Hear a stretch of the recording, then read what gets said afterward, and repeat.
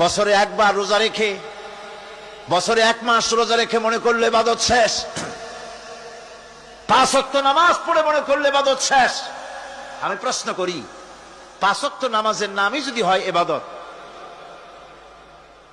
5 ওয়াক্ত নামাজের নামই ইবাদত, এটাই যদি হয়, তাহলে 5 ওয়াক্ত নামাজ পড়তে সময় লাগে কত? উজু টুজু করে বড় জোর 1-1.5 ঘন্টা সময় লাগে 5 ওয়াক্ত নামাজ পড়তে। তো এর নাম যদি হয় ইবাদত, তার অর্থ কি দাঁড়াবে? অর্থ দাঁড়াবে আপনি 24 ঘন্টার ভিতরে 1 থেকে 1.5 ঘন্টার জন্য আল্লাহর গোলাম, বাকি 22 ঘন্টার জন্য শয়তানের গোলাম হতে কেউ রাজি আছেন? রোজার নামই যদি হয় শুধু ইবাদত, তাহলে তার অর্থ দাঁড়াবে বছরের ভিতরে 1টা মাসের জন্য আপনি আল্লাহর গোলাম, আর 11 মাসের জন্য শয়তানের গোলাম হতে কেউ রাজি আছে? তাহলে বিষয়টা কি? বিষয়টা হচ্ছে নামাজ, রোজা, হজ, যাকাতি শুধুমাত্র ইবাদত নয়, আনুষ্ঠানিক ইবাদত তো বটেই, কম্পালসারি ইবাদত তো বটেই, কিন্তু শুধুমাত্র নামাজ, রোজা, হজ, যাকাত ইবাদত শুধুমাত্র নয়, এগুলি হচ্ছে ইবাদতের পার্ট, ইবাদতের অংশ।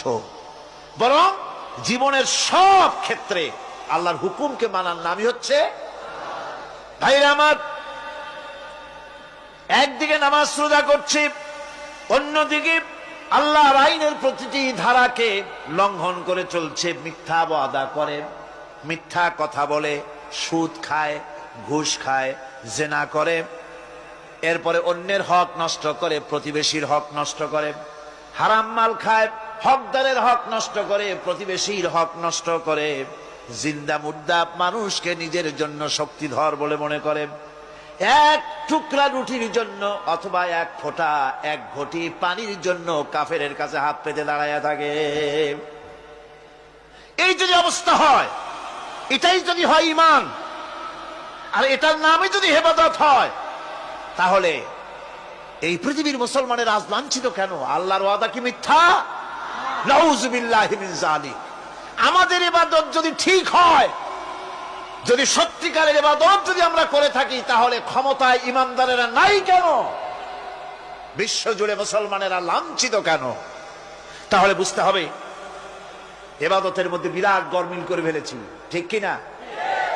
লক্ষ্য করুন, যেই লোকটা হজ করতেছে, উমরা করতেছে, নামাজ পড়তেছে, মসজিদ মাদ্রাসায় চাঁদা দিতেছে, ওই লোকটি আবার ব্যাংকের থেকে সুদের টাকা নিয়ে ব্যবসা চালাইতেছে।